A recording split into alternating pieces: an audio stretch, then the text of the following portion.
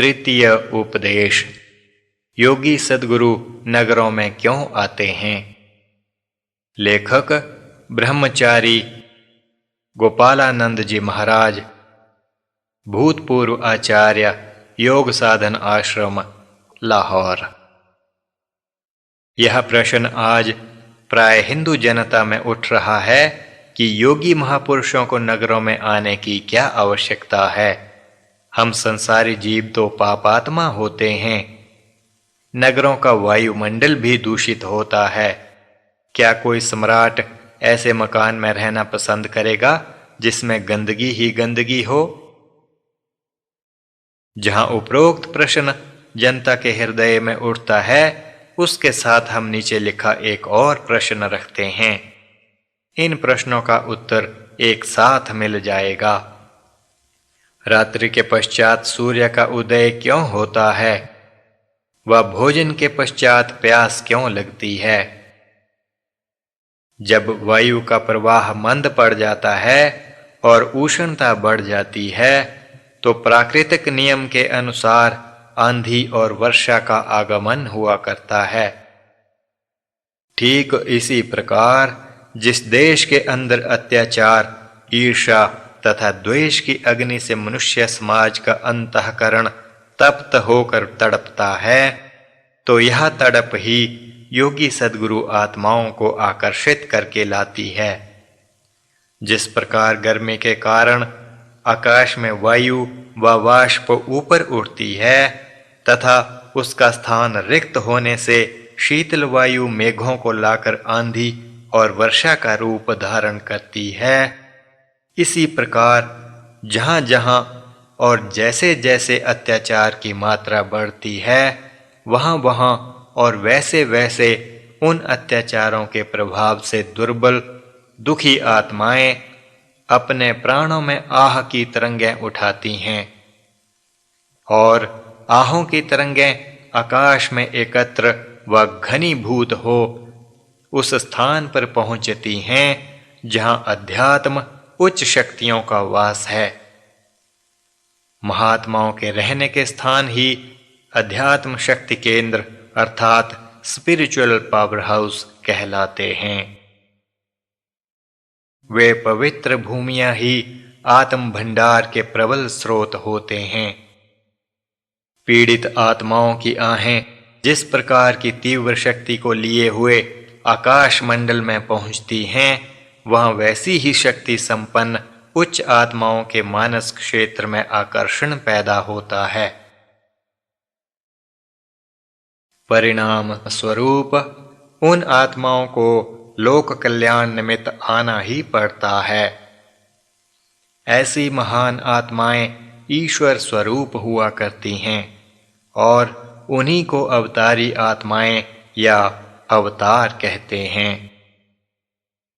इसी सिद्धांत को भगवान श्री कृष्ण जी महाराज ने श्रीमद् भगवद गीता के अध्याय 4 श्लोक 7 और 8 में बतलाया है।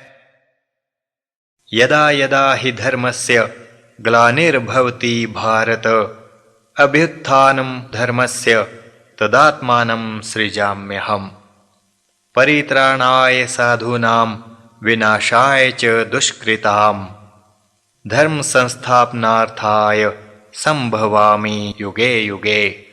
अर्थात संसार के दुखों को दूर करने के लिए जितने भी अवसर सन्मुख आते हैं, उन सब दुखों के अपहरण का आदि स्रोत ईश्वरीय शक्तियां ही हुआ करती हैं।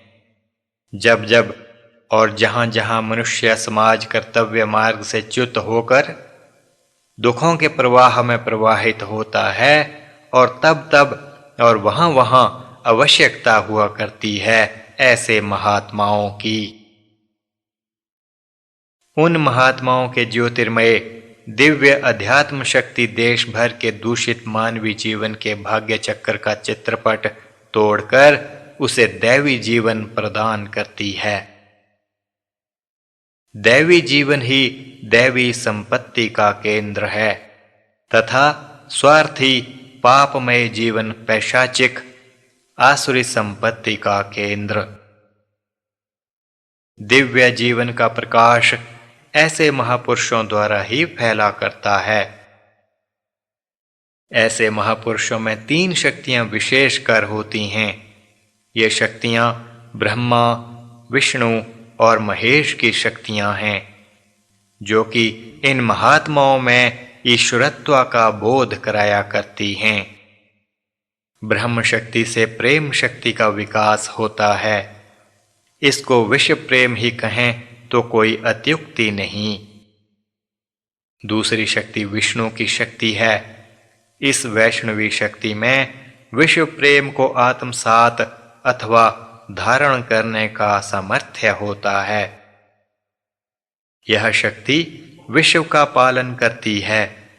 विश्व प्रेम के आत्मसात होने पर विश्व प्रेम को उत्पन्न करने वाले परमाणु हृदय में जो मन का स्थान है स्थित होते हैं। मानसिक धारा जब प्रेममयी हुआ करती है, तब संसार को ब्रह्म का स्वरूप समझ विश्व प्रेम ब्रह्म रूप हो जाया करता है। इस प्रकार की विश्व प्रेम रूपी वैष्णवी शक्ति का भंडार श्री सद्गुरु स्वरूप योगी आत्माओं में रहा करता है। तीसरी शक्ति शैवी है। इसका कार्य दूषित विचारों का नाश करना है।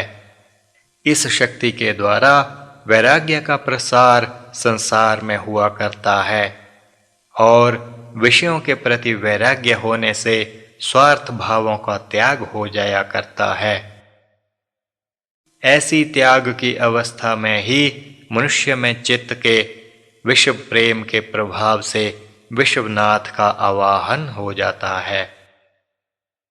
विश्वनाथ का आवाहन क्या है? रोम रोम से विश्वनाथ का प्रकट होना है।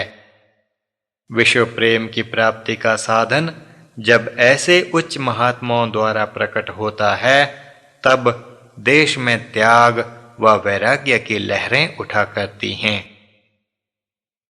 यही कारण है कि जब भारत में इस प्रकार की विचारधाराओं की प्रबलता थी, तो भारत माँ ने राम को अपनी गोद में खिलाया था।